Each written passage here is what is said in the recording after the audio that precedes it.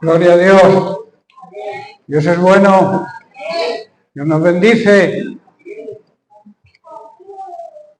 Vamos a dar un tiempecillo para que los niños salgan en orden, como siempre, demostrando que estamos en la casa del Señor, en su casa de oración, y demostrando el respeto que le debemos. Bienvenidos a todos. Un saludo a todos los hermanos en la fe, también a aquellos que nos visitan y también a todos aquellos que nos siguen a través de redes sociales. Es un gozo estar de nuevo aquí, ¿verdad? Para celebrar el Día del Señor, el día en que Jesús resucitó de entre los muertos y nosotros resucitamos con Él cuando le aceptamos como Señor y Salvador de nuestra vida. Y eso es un gozo y es un privilegio que tenemos los hijos de Dios, aquellos que hemos recibido el regalo de la salvación mediante nuestro arrepentimiento y confesando a Jesús como nuestro Señor, como nuestro dueño, el dueño para que nos proteja. No es un dueño, digamos, caprichoso porque quiera mandar en nosotros. Es un dueño que quiere protegernos, como los señores feudales protegían a sus siervos en los castillos, ¿verdad? En las fortalezas. Dios es para nosotros esa fortaleza. Él nos guarda, nos protege, nos cuida y nos provee de todo lo necesario. Y la mayor provisión que ha hecho, y todos nosotros ya la tenemos, es la salvación, mediante el enviar a su Hijo Jesucristo a la cruz para morir por nosotros y que nosotros pudiéramos presentarnos ante la presencia de Dios limpios, sin mancha, inocentes. Por eso cuando aceptamos a Jesucristo como Señor y Salvador, luego nos vienen problemas, el diablo nos acusa, nos dice que no merecemos, pero sí que merecemos, porque cuando aceptamos a Jesucristo como Señor y Salvador nos hacemos acreedores a que Dios nos adopte y formamos parte de su familia. Y eso es un gran honor y un gran privilegio, ser parte de la familia de Dios. Es algo que nadie puede entender hasta que es partícipe uno de esa familia. Y esa familia somos nosotros. Y como miembros de una familia también debemos demostrarnos amor entre nosotros e ilusión por vernos cada domingo. Incluso los días de la semana también sería bueno que nos viéramos, que comiéramos juntos a los hermanos, una vez en una casa, otra vez en otro, como hacía la iglesia primitiva. Lo compartían todo. Las oraciones también eran compartidas. Las posesiones, los que tenían, dice que los que tenían mucho ponían en las manos de los discípulos para que repartieran a aquellos que no tenían. O sea, había una igualdad. Bien, vamos a seguir con el tema de semanas anteriores. No sé si acabaré hoy. Se llama turbulencias. Recordemos, estamos viviendo en un tiempo de grandes pruebas y grandes desafíos y grandes retos. Vemos efectos y calamidades de la naturaleza. Hay muchos problemas, muchas tempestades, muchas turbulencias, calamidades en el comportamiento de las personas, de los seres humanos. Hay desprecio, no hay empatía. Vive tú y olvídate de los demás. Incluso si puedes vivir a costa de los demás, también se hace, ¿no? Pero la Biblia nos enseña algo muy importante, que es que debemos compartir. Compartir es participar con los problemas de los demás también. No estoy hablando solamente de ayuda económica, sino también de ayuda espiritual. Nosotros hemos sido llamados a ser como un hostal, como un hospital, para aquellos que vienen, que vendrán muchísimos heridos del mundo, con sus tradiciones, con sus ataduras, que nosotros como ese mesón del buen samaritano podamos ser ese mesón para que las personas puedan ser atendidas y liberadas y sanadas. También hay calamidades en el mundo actual de todo tipo, violencia de género, violencia de todo tipo. los padres contra los hijos contra los padres, disturbios, no tenéis nada más que poner la televisión, tanto disturbio, tanta muerte. Ayer creo que intentaron matar a un futuro presidente o el que fue presidente de los Estados Unidos. Estamos en una, digamos, una cuesta abajo hacia la destrucción total de este mundo. Conflictos raciales. Hoy lo cuento como anécdota. Hay un chico que estamos buscándole una habitación y resulta que porque es negro, la señora del piso ha dicho que no. Estamos viviendo racismo hoy en día y es lamentable. No somos personas, o sea, las personas no son ilegales. Las personas son personas y todas merecen un respeto, sean del color que sean de la condición que sean, vengan de donde sea. Dios no hace acepción de personas y nosotros a veces, lamentablemente, esta sociedad y también parte de la Iglesia, y no digo esto porque nosotros somos perfectos, ¿verdad? Pero hay problemas de todo tipo, incluso dentro de las congregaciones. Se oyen guerras, rumores de guerras, enfermedades de todo tipo, cada vez salen nuevas enfermedades, epidemias, pandemias y gran cantidad de plagas, de insectos y de cualquier... Estamos en un periodo de muchas turbulencias.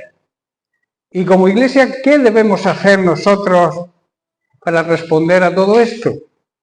¿Seremos víctimas en el campo de batalla? ¿O saldremos vencedores proclamando la victoria de Cristo en la cruz sobre el enemigo, el diablo? Jesús en cierta ocasión reprendió a los vientos y al mar, simbología de problemas y turbulencias en nuestra vida. Los vientos, el mar, las tempestades, que, repito, simbolizan los problemas que cotidianamente tenemos. Dice que se levantó, gritó a los vientos y la tempestad, el mar le obedeció y todo se calmó. Hay un dicho que viene precisamente de este pasaje, que detrás de la tempestad viene la calma, pero la calma la trae Cristo, que se levanta y para cualquier tempestad. Pero hay una cosa muy importante. En la vida vamos a encontrar tempestades, momentos en los que estaremos tentados a gritar, como hicieron los discípulos en medio de esta tormenta. Nos vamos a hundir, Señor. ¿No te importa que perezcamos? ¿Dónde está tu fe? Nos puede preguntar Jesús hoy, ¿verdad? A nosotros como Iglesia, como les preguntó a sus discípulos. ¿Dónde está vuestra fe, hombres de poca fe? ¿Dónde está nuestra fe, Iglesia contemporánea, Iglesia de hoy en día? Durante nuestros vuelos por la vida debemos confiar que vamos a llegar al destino. Debemos tener esa fe y esa confianza que el comandante de la nave que nos conduce en esas turbulencias sabe lo que hace. Y si dice que pasemos al otro lado, seguro que pasaremos. Debemos depositar nuestra confianza en Él. Jesús les dijo cuando subió a la barca con sus discípulos, pasemos al otro lado. Pero ellos no se acordaron de esas palabras. Cuando vieron la tempestad, creían que iban a perecer. No se acordaron de que Jesús dijo, vamos a pasar al otro lado. Y si Jesús lo dice, pasamos. De seguro, cualquiera que sea tu tempestad, cualquiera que sea tu turbulencia, si estás con Jesús y Jesús está en tu barca, seguro que llegas al otro lado, llegas a la meta. La clave de cómo debemos actuar como Iglesia es que los creyentes andamos, vivimos por la fe, y la fe en la palabra de Dios, en lo que Dios dice, y no por la vista, no lo que nuestros ojos ven, los ojos físicos. Pablo nos dice que debemos estar convencidos de que nada podrá jamás separarnos del amor de Dios. Y el apóstol Pedro en su primera carta, capítulo 1, 13 al 16, hace un llamamiento a la Iglesia a una vida santa, a una vida de santidad. Dice, por tanto, ceñid los lomos que quiere decir apretaos el cinturón de vuestro entendimiento. Necesidad de entender y de conocer cada vez más a Jesucristo, cada vez más a su palabra, porque conociendo su palabra conoceremos cada vez más al único Dios verdadero. Y luego Pedro dice, sed sobrios, que significa templados, moderados, sin tanto nervio como hay hoy en día, que explotamos a la mínima chispa. Explotamos, como decía nuestro pastor José Párraga, como globos hinchados que les arrima una agujita. A veces, ante la más mínima ofensa o yo que sé, palabra que nos siente mal, explotamos. Y aquí Pedro nos dice que seamos sobrios, templados, pacificadores, moderados, y esperad por completo en la gracia que se os traerá cuando Jesucristo se ha manifestado. Hermanos, debemos confiar plenamente en las promesas de Dios y querer conocerle cada día más, ceñir nuestros lomos en el entendimiento de su palabra, apretarnos, como he dicho, el cinturón para poder afrontar las turbulencias y tormentas de esta vida. Debemos pensar con claridad y también debemos ejercitar el dominio propio. Poner nuestra fe y nuestra esperanza en la consumación total y eterna de la salvación que hemos recibido inmerecidamente. Debemos concluir esa salvación, debemos llegar a la plenitud de esa salvación que según Pablo se puede perder. Por eso digo que debemos tener fe y esperanza en que nuestra salvación será totalmente consumada el día en que Jesucristo sea revelado al mundo en su segunda venida. Ahora nosotros estamos viviendo como un anticipo de nuestra herencia, de esa vida y de esa vida eterna. Quiero hablaros hoy del gozo y el sufrimiento en las pruebas. El apóstol Santiago, en su primera carta, capítulo 2 y 3, nos dice, hermanos míos, está dirigiéndose a la iglesia, tened por supremo gozo cuando os halléis en diversas pruebas, sabiendo que la prueba de vuestra fe produce paciencia. Y el apóstol Pedro también en su primera carta, capítulo 4, los versículos 12 y 13, nos dice lo mismo aproximadamente que Santiago. Dice, amados, no os sorprendáis del fuego de prueba que os ha sobrevenido, como si alguna cosa extraña os aconteciese, sino gozaos, está diciendo lo mismo que Santiago, por cuanto sois participantes de los padecimientos de Cristo, para que también en la revelación de su gloria, en su segunda venida, os gocéis con gran alegría. No debemos extrañarnos de la prueba de fuego que nos pueda acontecer. De hecho, son inevitables. Los problemas en esta vida son inevitables. Por eso hay un refrán por ahí que dice, aprovecha los tiempos buenos porque seguro que te vendrán tiempos malos. Es un refrán que está relacionado con lo que estoy diciendo.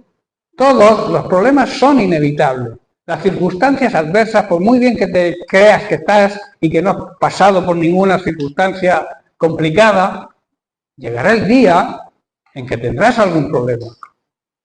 Porque no estamos exentos en esta tierra, no estamos exentos de dificultades y de problemas nadie, ni incluso los creyentes, que muchos creen que por ser llamados cristianos ya todo nos va a ir bien. Lo que nos diferencia a los cristianos de los que no son cristianos, los que no creen, es que los que no creen no tienen fe ni esperanza en que van a conseguir una solución a su problema. Pero nosotros sí tenemos esa fe y esa confianza porque Dios nos promete que estará con nosotros siempre. Entonces, esa es la diferencia, pero estamos en un mundo donde hay problemas. Y mientras que estemos en este mundo y no seamos arrebatados por Cristo, vamos a estar en medio de estos problemas. Pero debemos estar orgullosos de que Dios está de nuestra parte. Si Dios está con nosotros, ¿quién podrá contra nosotros? Y eso es una verdad y una gran promesa que debemos agarrarnos a ella. También tenemos que saber que las pruebas, tenemos que saber que el ser participantes, como dice Pedro, de los padecimientos de Cristo, demuestra nuestra fe. El soportar la prueba y además hacerla con gozo, demuestra que creemos en aquel que fue experto en sufrimientos, que sufrió barbaridades, lo que ningún ser humano creo todavía ha sufrido en esta tierra, y él lo sufrió como un ser humano. Él fue, en una traducción, digamos, Dios habla hoy, creo que es, dice, él fue el campeón del sufrimiento. Entonces, cuando nosotros aceptamos el sufrimiento, estamos diciendo que creemos plenamente en él, y que si él sufrió, participar del sufrimiento nos hace dignos del Señor. ¿Qué comprendiendo? Los primeros cristianos morían en el circo romano, demostrando su fe en Cristo, ¿verdad? Y lo hacían alabando a Dios. Morían devorados por los leones. Hermanos, nadie muere por una mentira. Ellos creían firmemente en Cristo. Por eso eran participantes o partícipes de los sufrimientos de Cristo y morían gozosos. Las pruebas, hermanos, son pasajeras y terminarán de manera definitiva cuando le veamos cara a cara en su segunda venida y nos vayamos con él.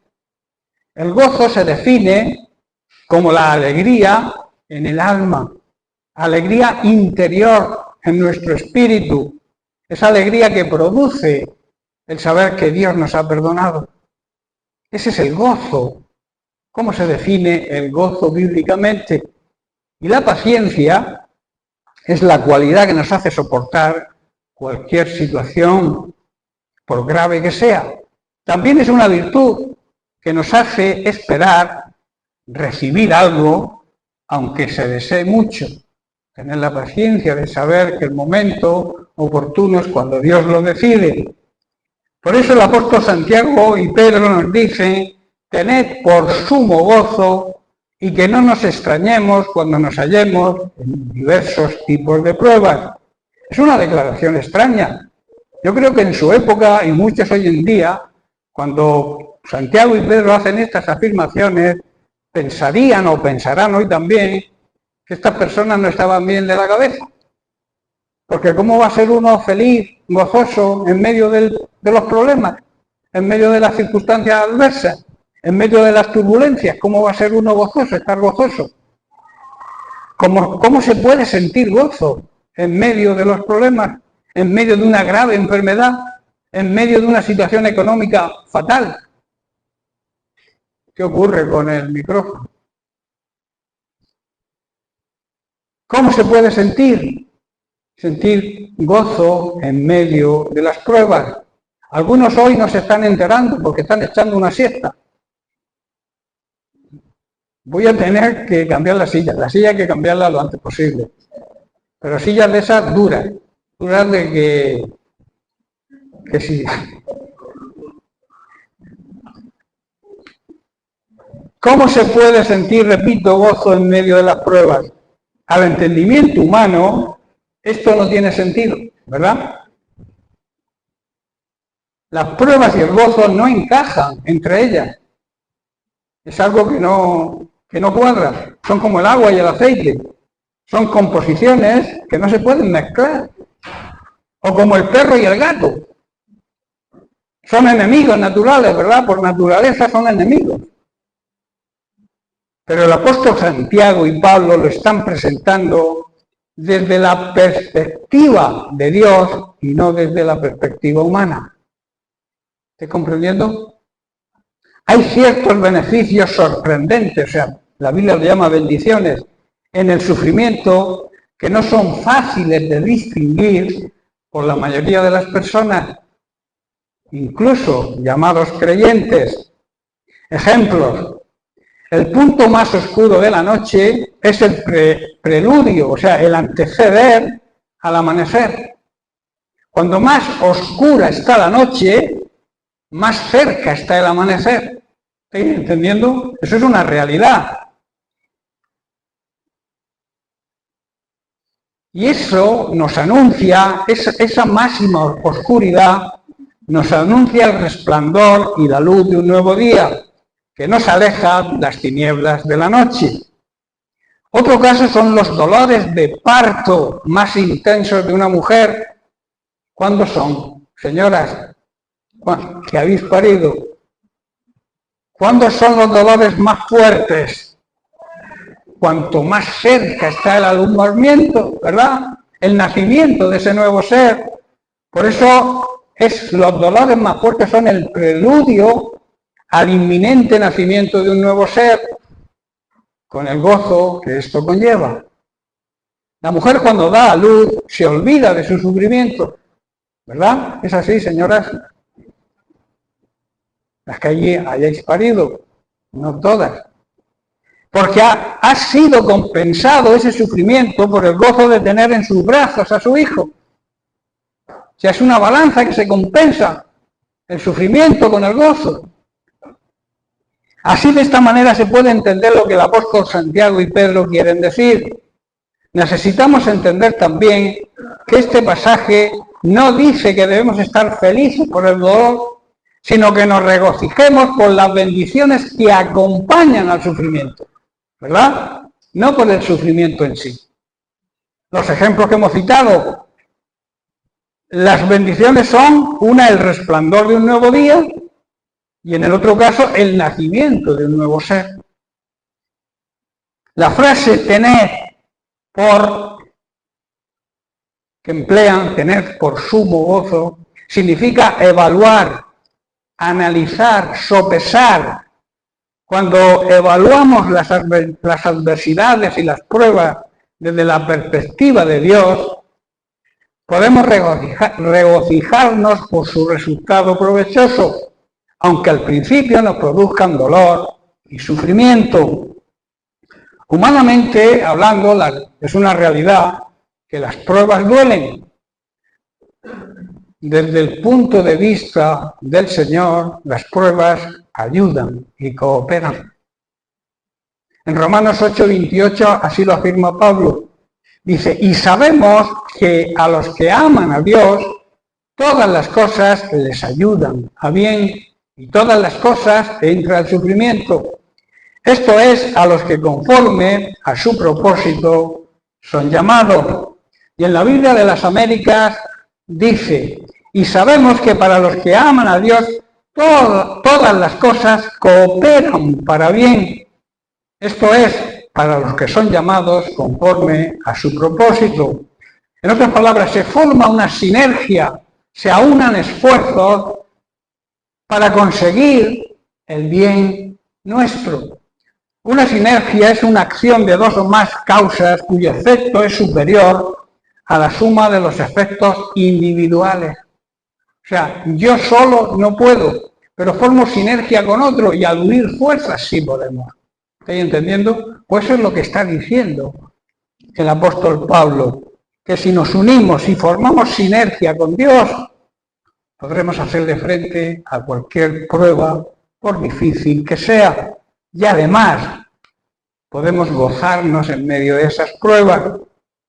Pero para eso es necesario entender el propósito para el cual Dios las usa. ¿Cuál es el propósito de Dios cuando pasamos por un problema?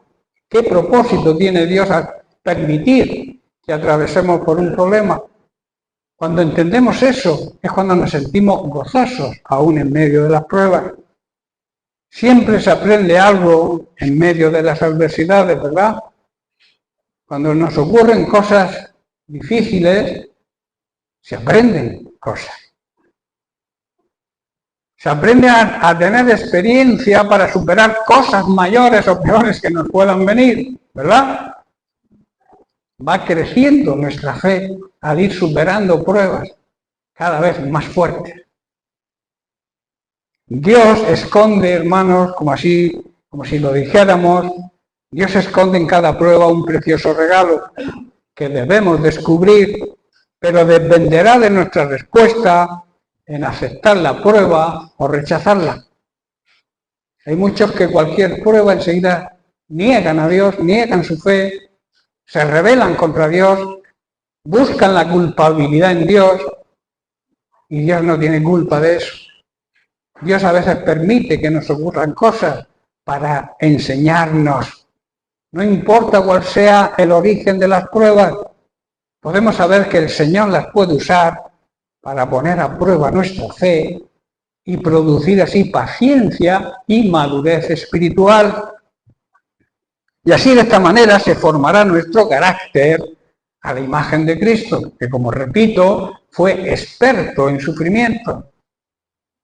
En Isaías capítulo 53, versos del 3 al 5, leo en la traducción viviente, dice que Jesús fue despreciado y rechazado. Aquí Isaías está profetizando sobre la venida siglos después de Jesús y qué le iba a ocurrir. Está profetizando sobre Jesús. Dice, fue despreciado y rechazado, hombre de dolores, conocedor del dolor más profundo.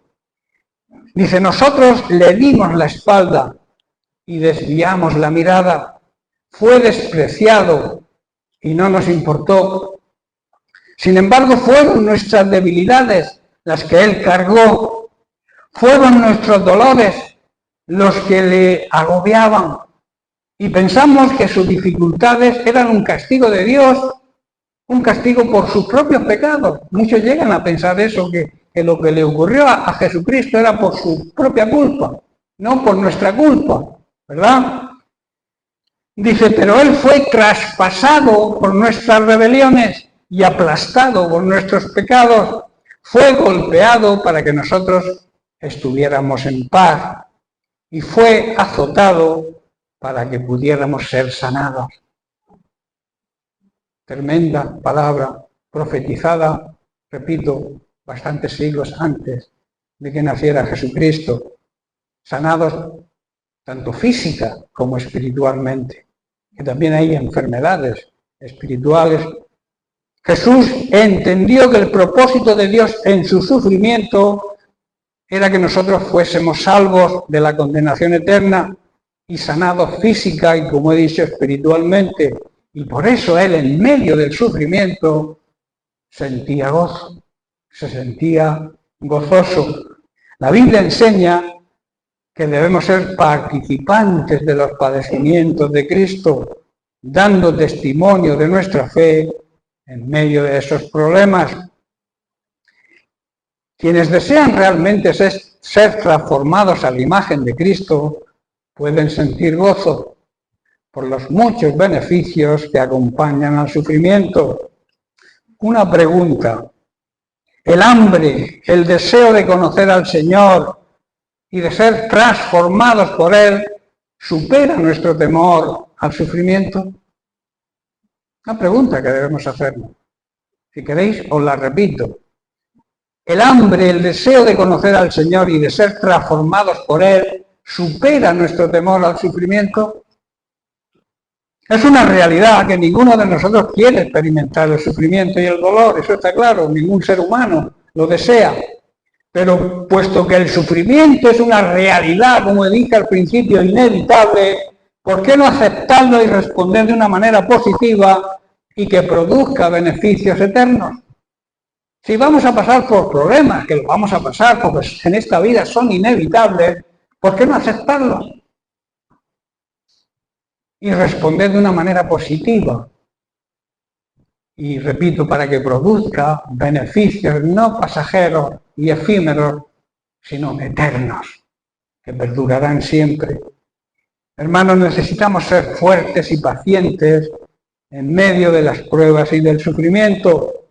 No debemos bajar la guardia, debemos continuar perseverantes y firmes, aunque no nos queden ganas ni fuerza para seguir luchando.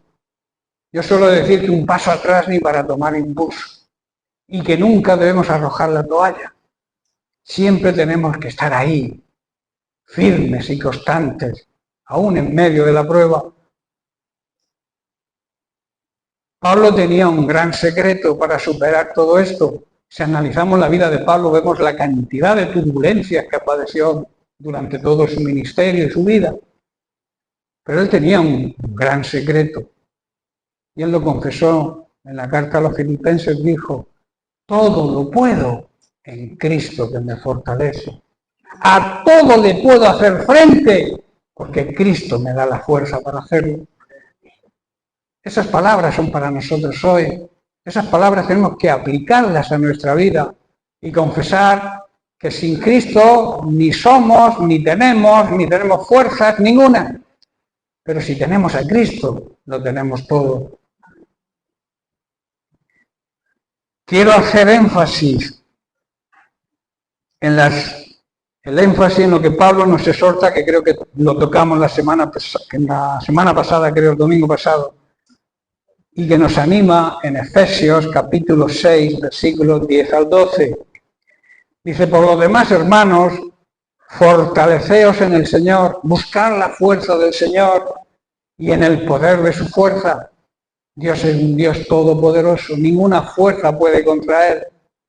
Vestíos de toda la armadura de Dios, que quiere decir que debemos vivir protegidos con las armas que Dios nos provee, para que podamos resistir y estar firmes contra las asechanzas, o sea, las mentiras, las trampas, las manipulaciones del diablo.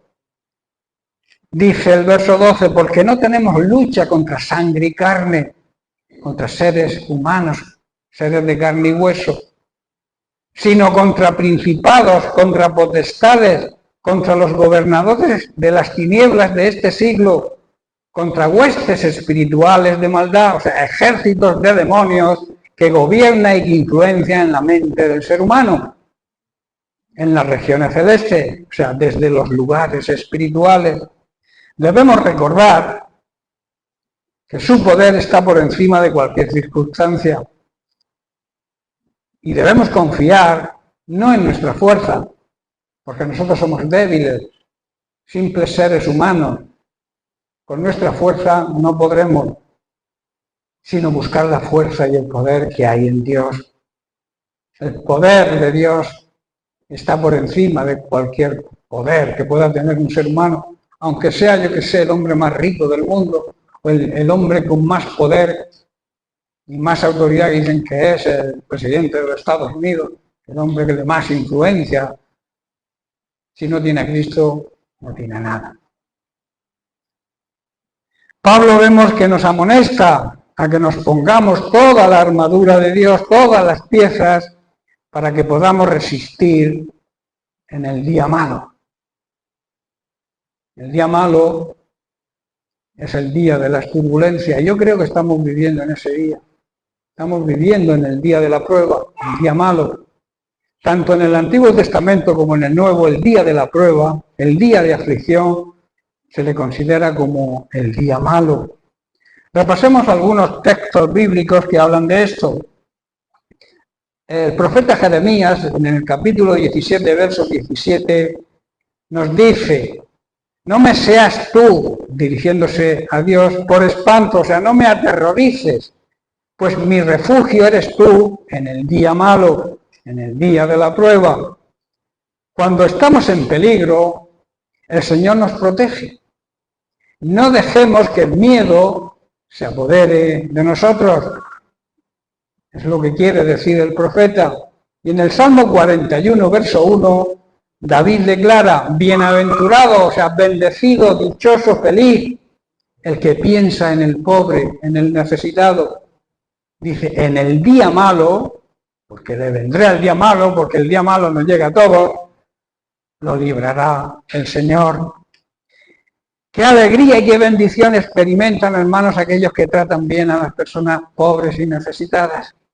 El Señor dice que los rescatará cuando ellos estén en apuro, que también nos llegará, porque hoy te puedes creer la persona más segura, que lo tienes todo cubierto, no tienes deudas, tu casa bien bonita, tu coche nuevo, pero te viene una crisis, te viene un efecto de la naturaleza, se lleva el coche por la riada, tu casa se hunde, y te creías muy seguro y a la media hora lo has perdido todo, ¿verdad? Las riquezas se van, dice la Biblia que es como si tuvieran alas, se van volando de un abrir a un cerrar de ojos. El abrir significa abrir los ojos por la mañana cuando nos despertamos y el cerrarlo es cerrarlos a la noche cuando nos acostamos. O sea, en el transcurso de un solo día se puede ir todo al traste. Por eso no estemos tan seguros. Estaremos seguros cuando estemos en las manos de Dios. Cuando estemos bajo la protección, la cobertura. Dios es nuestra fortaleza.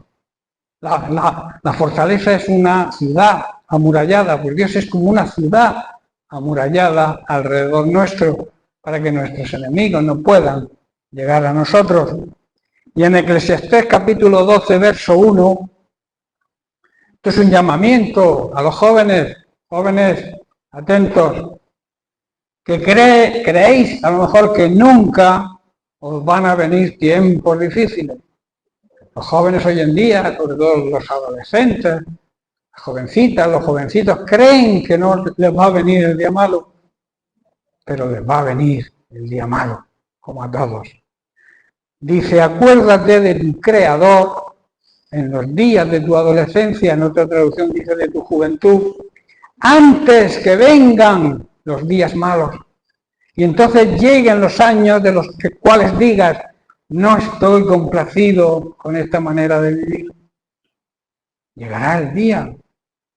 Y en Efesios capítulo 5, verso 16, Pablo nos aconseja, aprovechando bien el tiempo, porque los días son malos. Y esto es la realidad de hoy en día.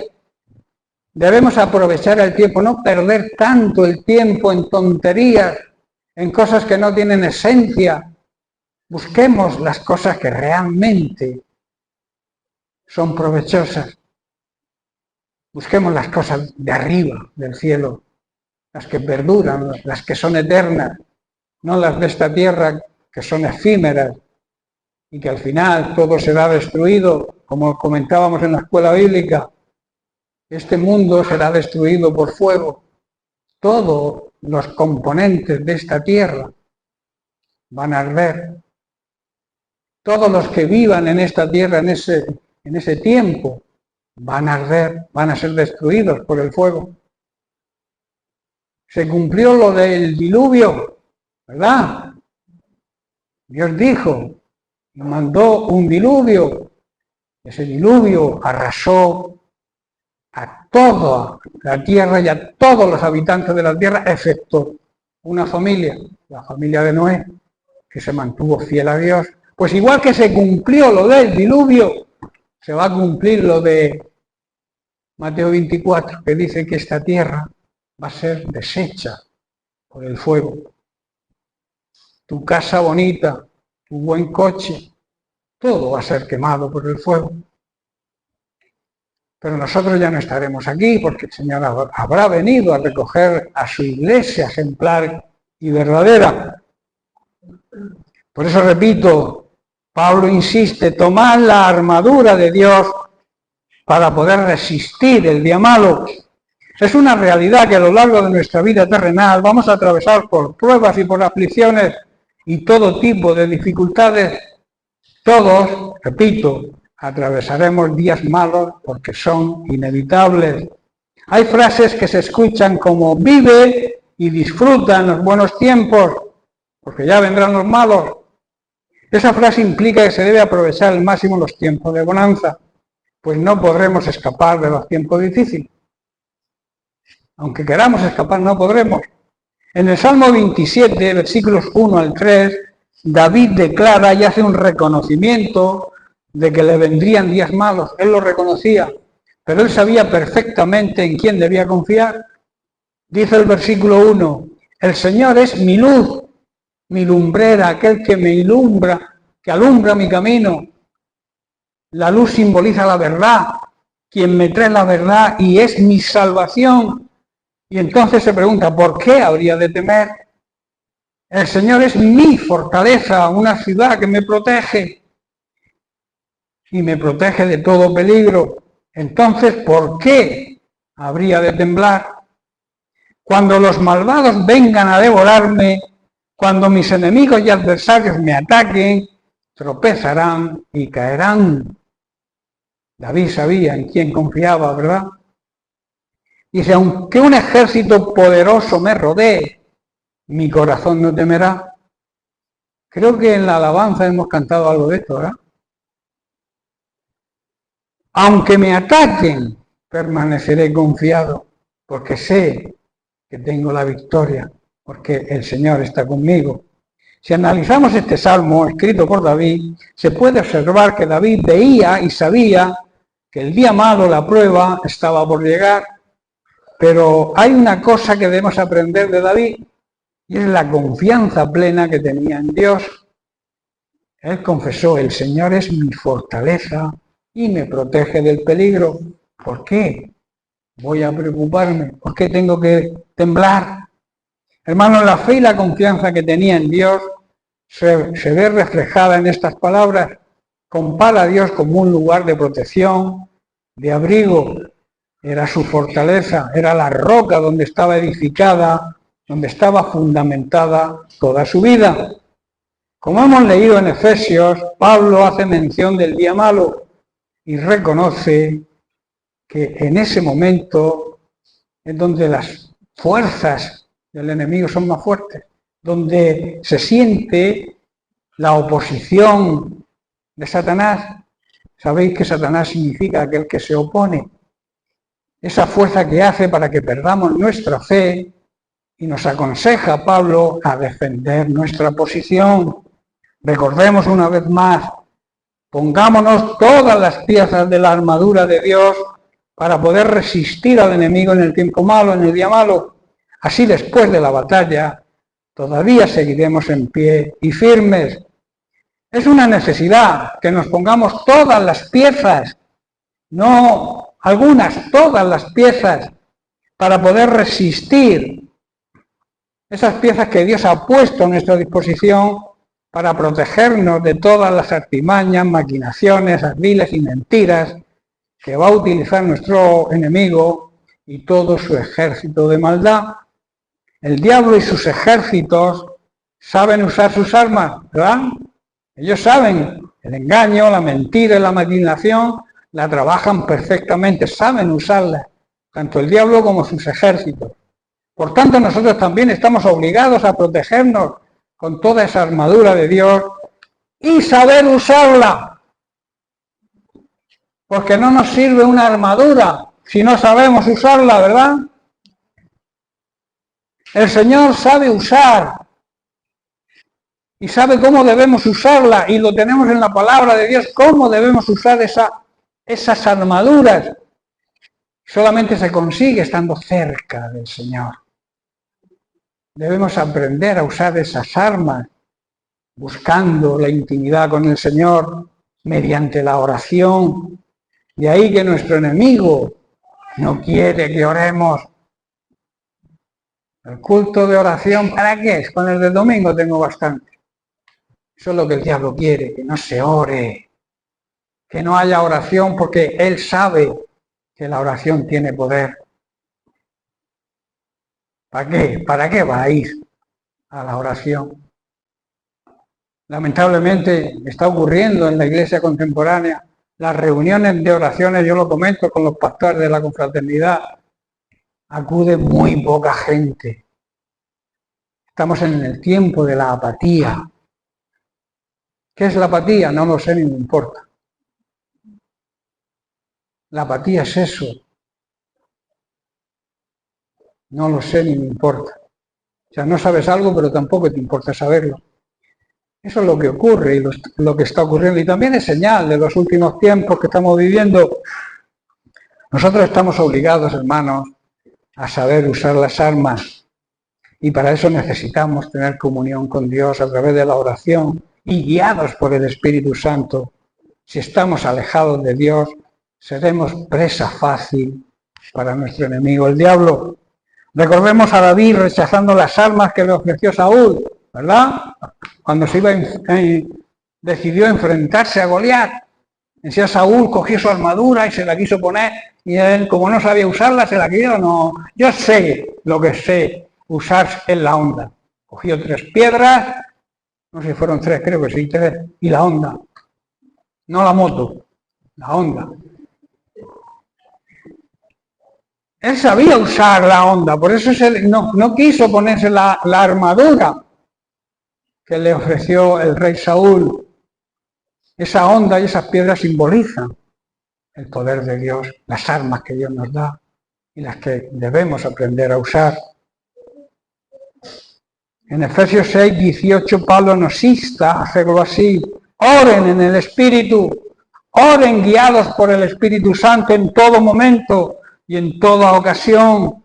Manténgase alerta para que nadie nos engañe y sean persistentes en sus oraciones por y con todos los creyentes en todas partes.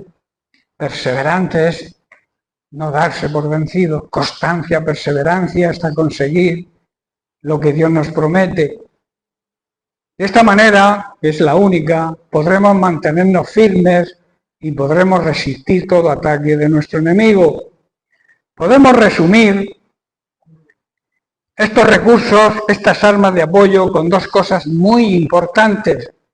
La lectura, la meditación y el escuchar su palabra es imprescindible. Esto nos va a alimentar y nos va a purificar, la cual la palabra debemos dejar también que el Espíritu Santo nos la revele.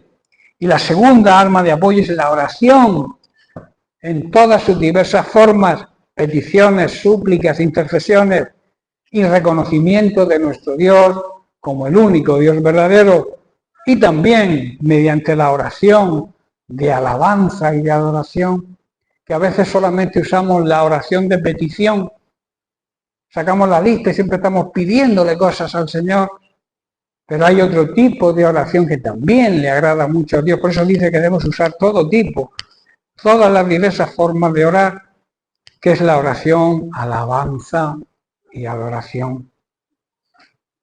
En Hebreos 4:16 dice, acerquémonos pues confiadamente, ya estoy terminando, confiadamente al trono de la gracia para alcanzar misericordia y hallar gracia para el oportuno socorro.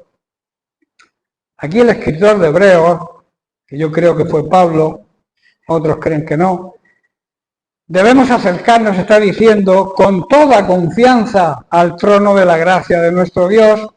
Allí vamos a recibir su misericordia y encontraremos la gracia, el don es el que nos capacita para ayudarnos cuando más lo necesitemos, que es precisamente en el día malo. Y en Hebreos 13:16 dice, de manera que podemos decir confiadamente, el Señor es mi ayudador. Este es el secreto de la vida de todo creyente, para afrontar el día malo, la prueba, y saber que tenemos a Dios a nuestra disposición. Si andamos, claro está, en su voluntad, Él siempre está dispuesto a ayudarnos para ofrecernos su apoyo, su socorro, su dirección, su consejo en el momento oportuno. En otras palabras, cuando más lo necesitemos. Amén. Bien, pues lo dejamos aquí, seguiremos la semana que viene con el título de la semana que viene será Estamos en el principio de los dolores. Estamos precisamente en ese tiempo. Sabéis que estamos al final de los últimos tiempos. Yo siempre digo que los últimos tiempos comienzan desde que Jesús fue glorificado, aceptado su sacrificio en el cielo, se sentó a la diestra del Padre. Ahí comienzan los últimos tiempos, hasta que Él regrese, que será el clímax final. Pero estamos cada vez más cerca de ese evento. Así que debemos estar preparados porque el Señor viene pronto. Amén. Bien, pues que Dios les bendiga. Vamos a tener un tiempo de alabanza y vamos a orar por las necesidades de la congregación.